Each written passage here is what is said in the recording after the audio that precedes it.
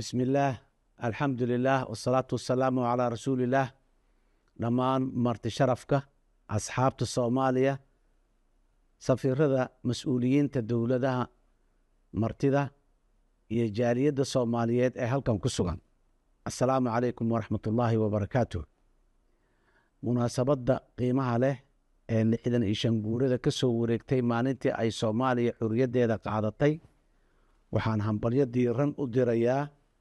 jaaliyadaha Soomaaliyeed ee ku nool dalka dibaddiisa muujiyeyna adkaysi midnimo niyad wanaag joogto ah maanta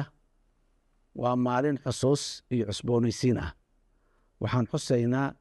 halgankii halyeeyada qarankeenna rajada dhallinyaradeenna iyo xoogagga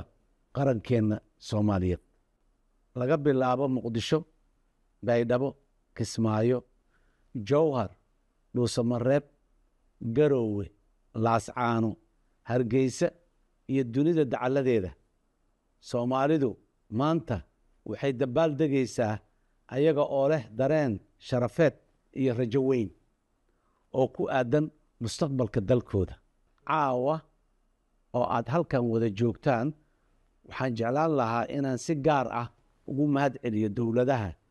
iyo shucuubta saaxiibada ah ee martigeliyey malaayiinta Soomaalida ah kuwaas oo horumar lagu faani karo ka gaaray wadamada ay degan yihiin wiilasha iyo gabdhaha Soomaaliyeed ee dunida dacaladeeda jooga nolosha qaybaheeda kala duwanna ku howlan waxaan leeyahay ogaada Soomaaliya way idinku faanaysaa guulo horlana way idinka sugaysaa sidoo kale waxaan ka mahadcelinayaa taageerada joogtada ah ee aan leexleexadka lahayn ee dowladaha aan saaxiibada nahay ay Soomaaliya la garab taagnaayeen welina la garab taagan yihiin waxaadna garab istaagteen xilliyo aad u adag laga soo bilaabo gargaarkii bini'aadamnimo ilaa maanta oo aan ku howlannahay dib u dhiska dimuqraadiyadda amniga iyo horumarinta dhaqaalaha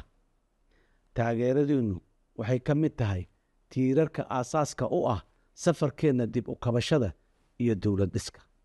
waxaan si gaar ah ugu mahadcelinayaa dowladaha kaalinta muuqata ka qaata dagaalka lagula jiro argagixisada iskaashiga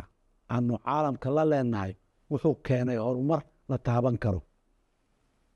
oo lagu wiiqay shabakadaha xagjirka ah ee khatarta ku ah Soomaaliya iyo gobolka Geeska Afrikaba himiladeennu waa Soomaaliya mid ah gob ah dimuqraadi ah heshiis ah dariskeeda iyo caalamkan heshiis la ah martida caawa halkan ku sugan waxaan idiin jeedinayaa mahadnaq aan idinkaga wado ummadda Soomaaliyeed jaaliyadaha Soomaaliyeedow xasuusnaada waxaad tihiin buundo u dhaxaysa Soomaaliya iyo dunida inteeda kale waxaad tihiin safiiro u taagan dhaqanka nabadda iyo fursadaha ay Soomaaliya yeelan kartaba aan u wada shaqayno sidii aan u dhisi lahayn Soomaaliya